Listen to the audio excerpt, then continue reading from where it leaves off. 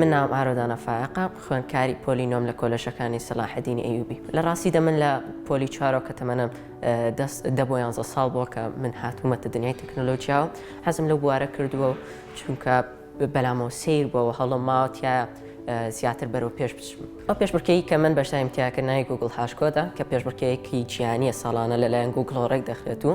زیاتر لە 120,000 شارەزای بواری تەکنۆلۆژیا خوێندکار و چەندەها هەزار زانکۆ کۆمپانیای گەورە بەشداری تێدا دەکەن کە لەم پێشبڕکێیەدا کێشەیە کە پێشووتە کۆمپانیاکە تووشی بووە دەخرێتە بەردەم بەشداربووان تاکو بە کەمترین ماوە و ئاسانترین شێوە چارەسەری بکەن. من توانیم پلی یەکەم بەدەست بێنم لەسەر ئاسی عێراق بەتەنها لە ڕاستیدا گوگڵ ئەو کێشەی هەبوو لەگەڵ منە کە من ئەبوو تیمێکم دروست کردە 2 بۆ 4 نەفەر بووە بەڵام لە دوای قسەکردن لەگەڵیانە کۆنتاکتکردن لەگەڵیانە وتیان ئاسایە کە من بە 2 ئەکاونت بەشداری کەم و بە ئەکاونتە فایلەکان ئەپلۆد کەم کە ئەوە هیچ کێشەیەکی بۆ من دروست نەکەن.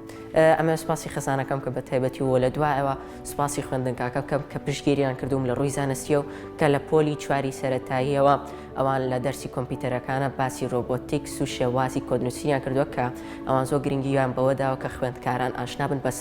سەردەمی نوێی تەکنۆلۆژیا.